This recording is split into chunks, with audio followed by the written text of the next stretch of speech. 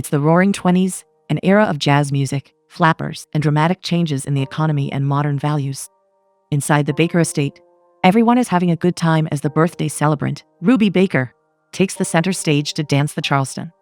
Everywhere she goes, she's the life of the party, and she revels in the attention. When her dance number ends, everyone claps for her. Her father gifts her with a lavish portrait of herself in a flapper dress and wearing luxurious jewelry. However, when her chauffeur Charlie enters the house, the Baker's expressions change. Ruby's into worry, and her parents into disapproval. Ruby meets Charlie outside. He gives her a humble bouquet of camellias, but she doesn't accept it. She says she loves him, always has, and will do so even beyond life. Yet their social status hinders them from being together, and Ruby's father doesn't approve of their relationship. Ruby has no choice but to cut off their engagement. She goes back inside, leaving Charlie disappointed and heartbroken. He throws the camellias onto a bald patch of soil before leaving. In the next scene, we see that 100 years have passed since the incident. Ana Vasquez is packing up her things when her friend Josephine comes. The latter is sorry to hear about her plight. As it happens, Anna's business with her ex-fiancé has been dissolved, and the lease for their office is up. The business was about the restoration of historical buildings, and Josephine feels that it's a shame that their business didn't work as hoped. As for Anna, things are too much at the moment. Aside from their business closure, she's also nursing a broken heart, as she has just broken up with her fiancé Elliot. Speaking of Elliot, he comes up to them and greets them. Anna is surprised, because she thought he had gone up to Boston to help his brother in the construction business. Elliot says he's staying for a few more days to wait for the hearing of the Fletcher building. The Fletcher building used to be one of their restoration projects, and Elliot is campaigning for it to be declared a historical site. He congratulates Anna for her new role as a realtor, since she just received her license. Looking at them, they're both still trying to deal with their breakup, especially Anna, since she's the one who broke off their engagement. After that awkward meeting, Anna drives to an empty estate to meet her father Garrett. He greets his daughter and congratulates her on getting her license as a real estate agent. For her first project, he gives the Baker estate as her first listing. Garrett is expecting her to take over their real estate business, and he's confident his daughter will be up to the challenge. He knows about her failed engagement with Elliot. He's not as supportive of the relationship as he tries to show. He even thinks the failed business stifled his daughter's creativity. Now that she's working for his company, she's given free rein to do whatever she wants. On the other hand, Anna finds it overwhelming to have such a grand property for her first listing, but she vows to do her best to make her father proud. Garrett explains a few things about the Baker estate. It's been taken care of by a real estate trust set up by the original owners, but it's been sitting empty for nearly 70 years. Anna's job is to prepare it for the upcoming open house and sell it to potential buyers. Initially, Anna is okay with the property being listed to Terrence, a senior agent in the company, but Garrett fully trusts his daughter in this endeavor. Anna enters the house.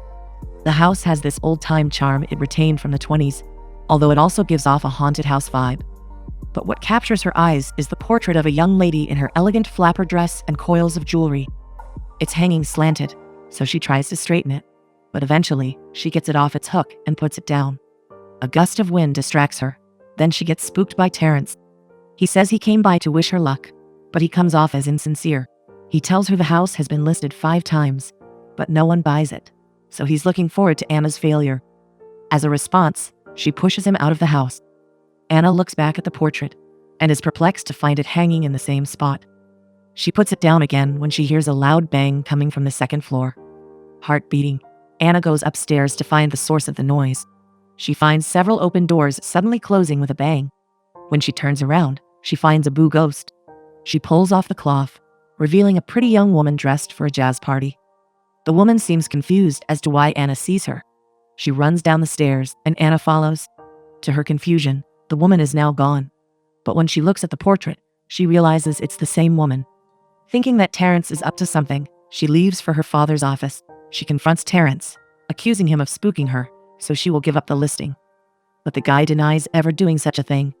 Garrett sees them and vouches that Terrence isn't lying. Completely bewildered now, Anna returns to the house, bringing with her some cleaning supplies. She sincerely wishes her imagination is just playing tricks on her. But the woman is still there, sitting pretty on her chaise lounge. The woman says she's been living in this house since 1921, both in life and after it. Anna doesn't believe her, so the woman runs through her to prove her point. Poor Anna screams as she leaves the house for the second time. She visits her doctor to make sure she's still right in the head. The doctor confirms that nothing is wrong with her.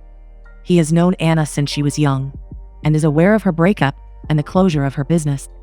He suggests that perhaps it's stress that is causing her to see things, but Anna is not sold on it. So, for the third time, she returns to the house. This time, Elliot follows her, as he wants to give her some things she left in the office. When they enter the house, Anna sees the woman again. Elliot, however, doesn't see her, but he remarks about the vibe of the house being off. He notices that Anna looks distracted. She says she feels overwhelmed with this first project as a realtor. She feels pressured since the open house will be in 12 days. Elliot expresses his confidence in her and wishes her luck. With that, he leaves. Anna confronts the woman to see if she's a real ghost, and the latter says she is. She introduces herself as Ruby. She says the famed architect Arthur Salkin built the house in 1919 and completed it in 1921. Her parents lived there until the 50s, but she left the living world in 1923. She has been a ghost since then. She says she couldn't figure out how to leave the place, and Anna is the first and only person to ever see her.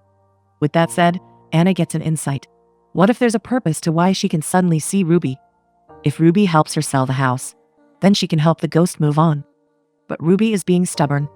Anna pleads with her, saying she needs this to work out because her father is counting on her. Still, Ruby remains unmoved. That's when Anna issues the challenge that this house will be sold, and she'll move on. And thus starts a contest of wills between Anna and Ruby. Anna starts the next day by researching more about Ruby Baker. She visits the local library and inquires about the Bakers. As it turns out, they were a prominent family in the 20s. Ruby Baker was a socialite, always gracing the newspapers with her lively pictures. She was also known to be associated with Ernest Hemingway and F. Scott Fitzgerald, two distinguished authors at the time. Unfortunately, Ruby's shine was dimmed when she got involved in a car accident on her 25th birthday, causing her untimely passing. Anna also sees sweet pictures of her and a man named Charlie, and she assumes the man must have been her lover. While she continues her research, Elliot sees and calls her. The guy says he just came from the Historical Society Foundation next door, which is currently on break from their hearing of the Fletcher building case. Elliot has been advocating for the building to be a historical site by presenting his renovation plans. He's been rejected twice, so he's hoping the third time's the charm. He even jokes that he's the king of lost causes. Anna wishes him good luck. Later, she returns to the Baker estate and shows to Ruby everything she's researched about her. The ghost finds it unfair that Anna has been snooping on her. Anna hears the arrival of the cleaners, so she continues with her next plan. She orders them to bring out the chaise lounge that Ruby likes so much. This is to discourage the ghost, who will eventually leave the place. Instead, Anna discovers something. Ruby can't get out of the house literally.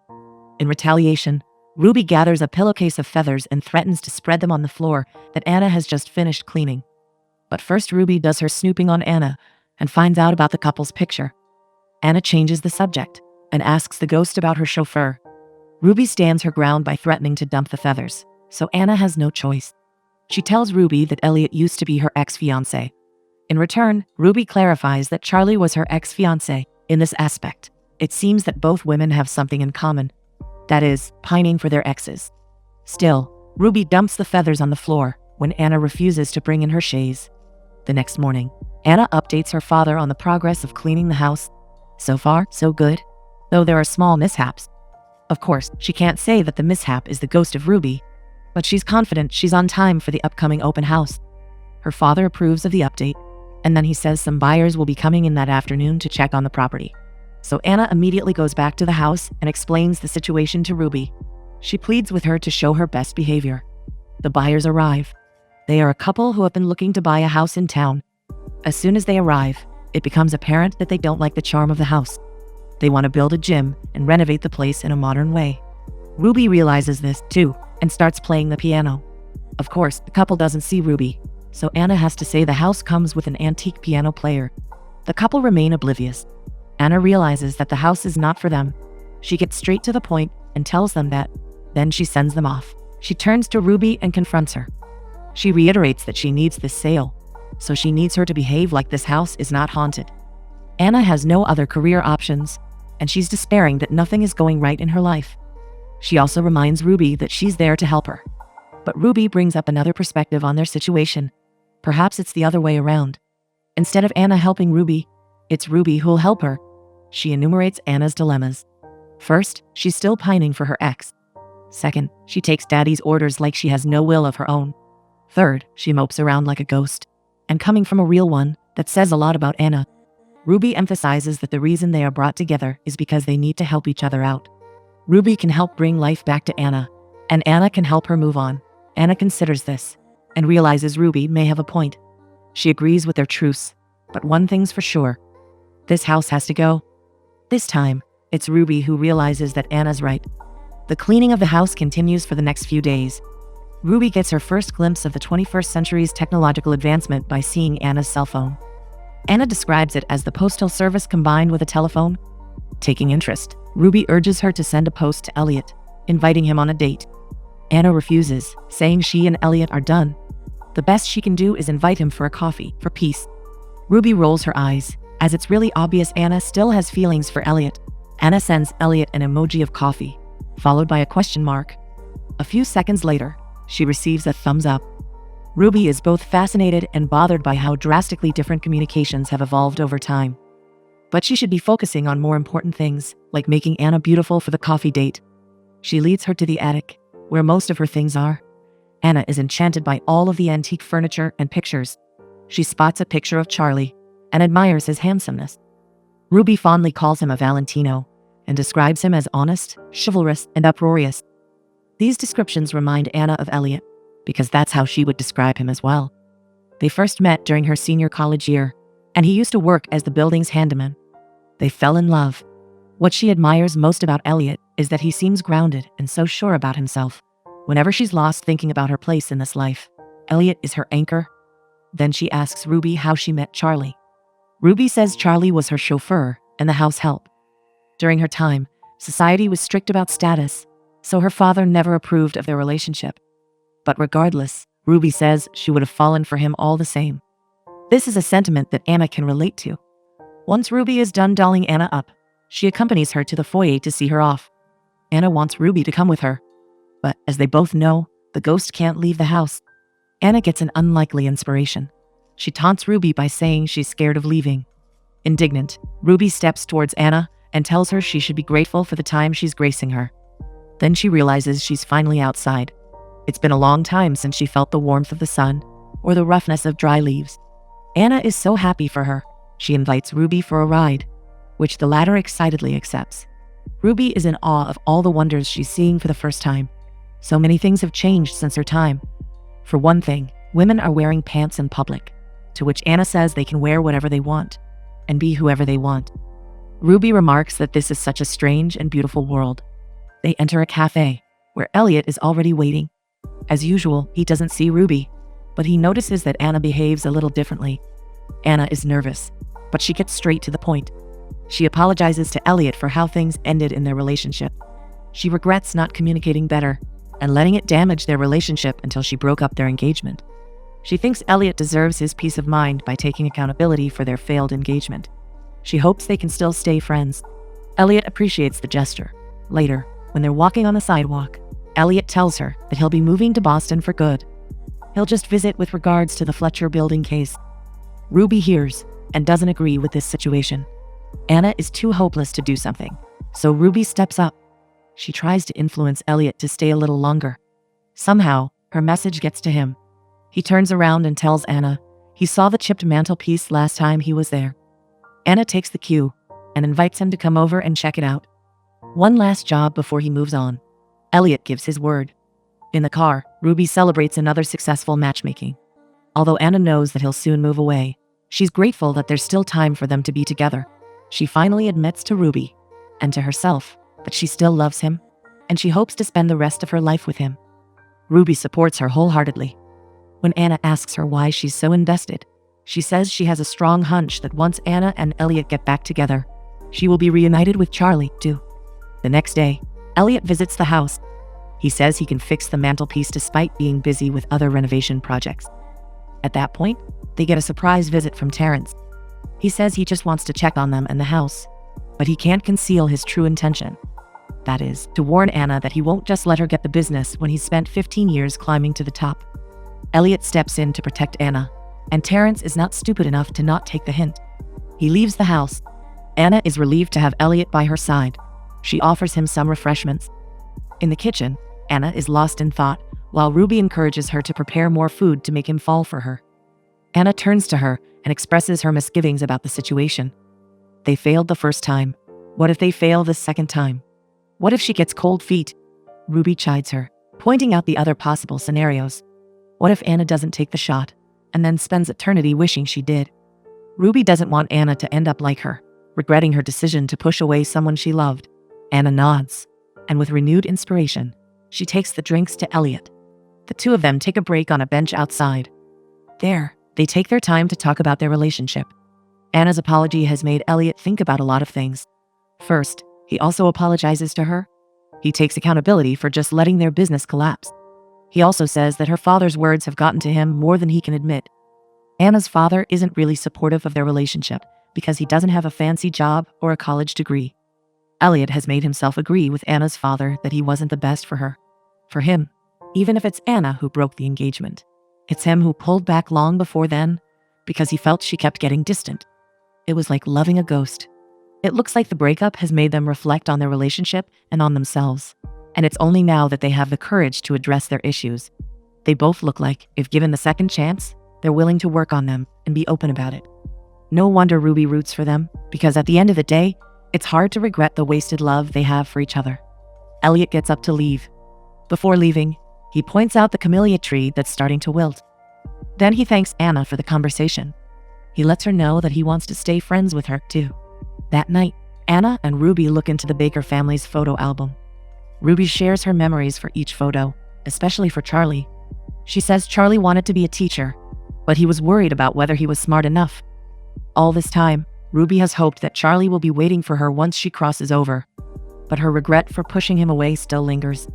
Anna assures her that Charlie is waiting and has been missing her all this time. Then, Anna gets inspiration. She thinks rearranging the furniture like they did during the 20s will be a great idea for the open house. Ruby is all for it, and she tells her that the rest of the furniture is in the basement. Anna also volunteers to frame Charlie's picture, which Ruby truly appreciates. Anna enlists Elliot to help move the chairs. All the while, Ruby observes them. When she finds Anna, she tells her she's getting blinded by the torches of love they're carrying. She encourages Anna to tell him how she feels, but the latter gets scared. Ruby suggests writing down her feelings, just like she used to with Charlie. But Anna admits she's not good at expressing her feelings. Ruby gets an idea, so she asks Anna to describe her emotions. Anna says Elliot is both normal and most extraordinary person she's ever met, the very first person she ever felt seen by. If she tells him how she feels, she worries he may get bored with her. She may ruin them like she did before. Ruby smiles, thinking she has a great piece to write. When she's done, she eavesdrops on Elliot telling Anna about the great antique shop by the boardwalk, where she can find more things to help her with the house staging. Anna thanks him for a great suggestion, which makes Ruby roll her eyes. She tells Anna that he's actually asking her out, so Anna backpedals and tentatively asks if he can come with her. Elliot says yes. From behind them, Ruby smiles as she puts the letter inside Anna's bag. She's in high spirits, no pun intended, that her plan for the couple will work. At the antique shop, they find many things that can fit with the 20s theme at the Baker house. Ruby tags along and is fascinated by all the things being sold there. She tells Anna it's like seeing her whole life there, from the silverware to perfume bottles. She even sees a typewriter similar to the one Charlie gifted her before. She recollects that Charlie used to encourage her to write her novels. He would tell her to take her writing seriously, to take herself seriously. It seems just like Anna. Ruby felt that Charlie saw and appreciated her for who she was, past her glamorous life as a socialite. After the visit to the antique shop, they go to the boardwalk where a mini fair is ongoing. The place looks magical, with all the lighting and decorations in line with the fall season. Elliot reminisces about the time when he and Anna used to come here, while Ruby is reminded of the time when Charlie used to bring her here. As the couple plays some games, Ruby is there to support them. She's probably the best wing woman anyone can ever ask for, if they don't mind her being a ghost. Then the couple decides to have dinner at a nearby restaurant, where the night's theme is jazz. Ruby enjoys herself dancing, while the couple has their meal. She sneaks under the table to get the letter from Anna's bag, and puts it inside the pocket of Elliot's jacket. When she sees Elliot going to the restroom, she comes over to ask Anna how things are. Anna is confused because one minute Elliot flirts with her, then the next minute he pulls away. She's not sure where she stands. She brings out her card to pay for her meal, explaining to Ruby that it's called a charge card, similar to money. Ruby gets heated up when she understands that Anna plans to leave and then sulk for a failed attempt to charm Elliot. She declares that they won't leave defeated. She grabs the charge card, then teases Anna to come and get it. Ruby's plan works. Elliot sees Anna on the dance floor. Ruby influences him again to take this chance and dance with Anna. And so, Elliot does. The couple shares a few moments to themselves while swaying to the romantic music. They almost kiss, but it's him who pulls back. The next day, an arborist visits the camellia tree, as per Elliot's suggestion.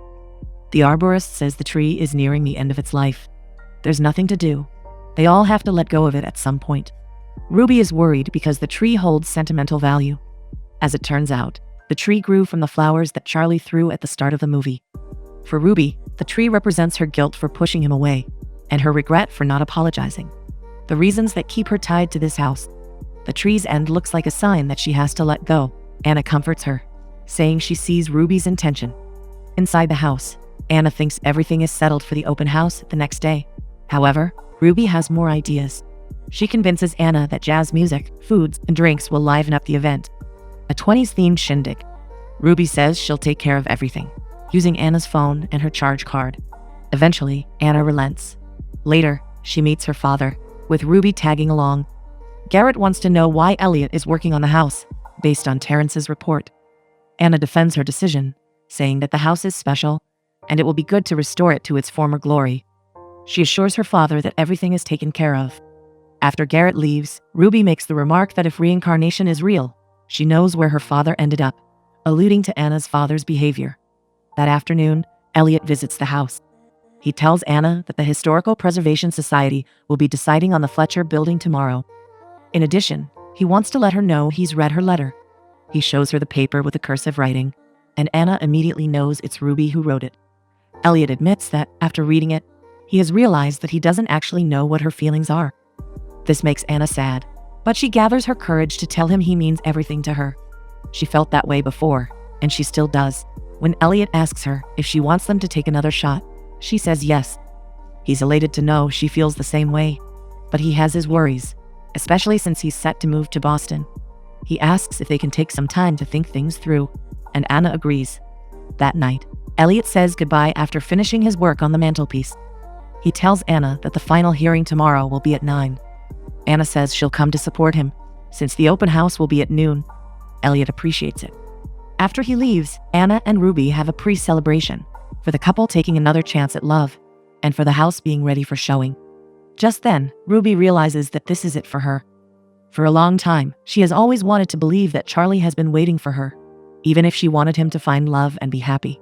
She admits that the main reason she hasn't crossed over is because she's afraid Charlie might not be there. But because of Anna, she realizes she's ready to go.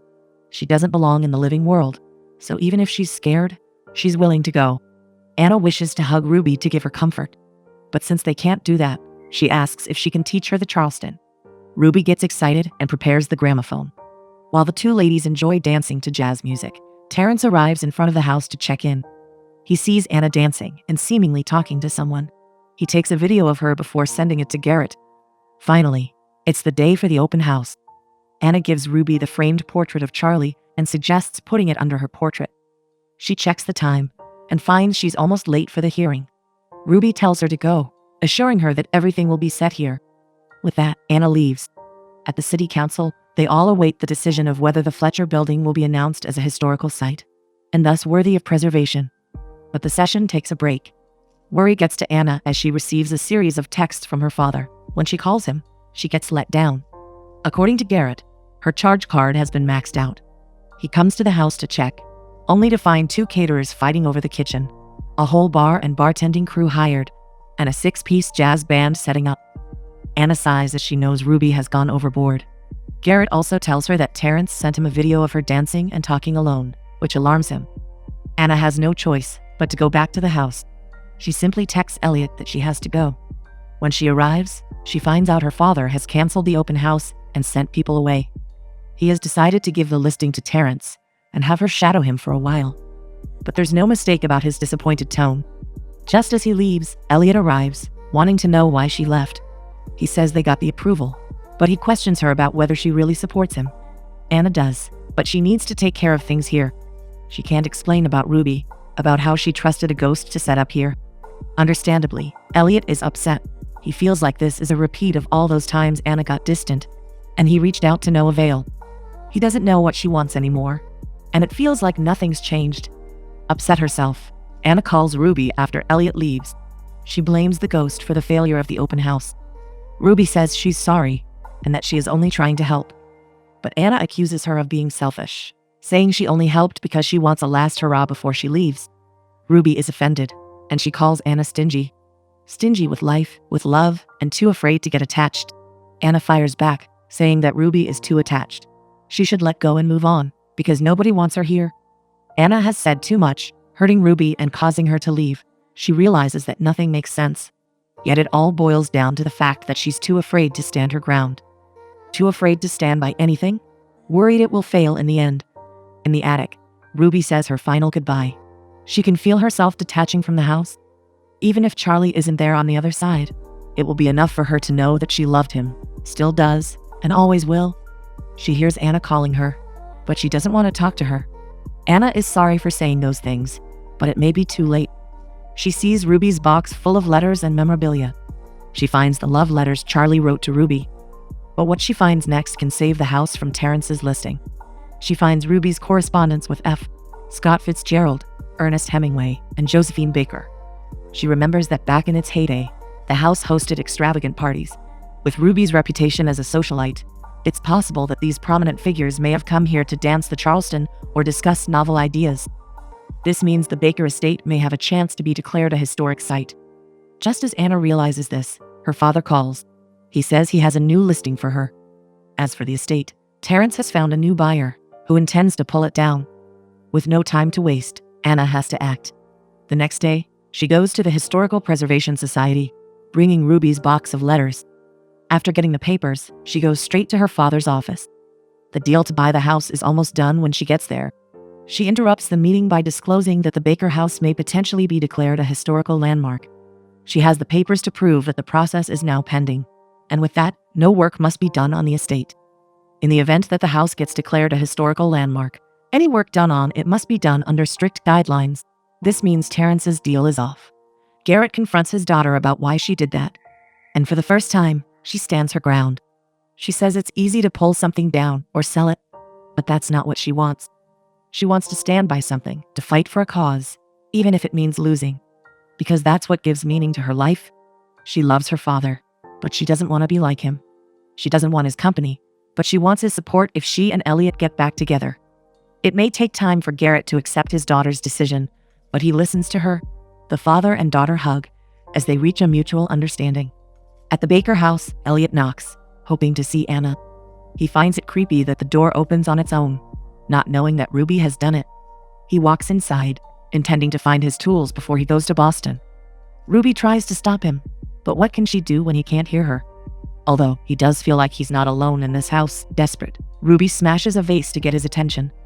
Elliot turns around, and he sees a familiar picture of a man under Ruby Baker's portrait. Just then, Anna arrives. He questions her about why she has a picture of his great-uncle. As it turns out, Charlie Ward was a great man in their family. A chauffeur, a soldier, and a great teacher. It was said he lost his great love and remained a bachelor for the rest of his life. Ruby and Anna can't believe what they just heard. Anna pleads with Elliot not to leave, as she needs to do something. Outside, the two ladies reconcile, with Ruby overwhelmed with the possibility that she'll be with Charlie, just as Anna will be with Elliot. Ruby is truly happy, and she thanks Anna for being her friend. In return, Anna hugs her tight for the last time. Then, she watches as her friend walks toward the love of her life. Elliot comes out just in time to see his great-uncle wave at him, with a beautiful woman by his side. Then they walk together to their fate, before disappearing. It will take a lot of time for Anna to explain everything. But first, she tells Elliot she loves him, and asks him to give their relationship another chance. In response, Elliot says he wants to work on their relationship as well. It's time for them to restore the love that has always been there. And with that, they start their relationship again with a kiss.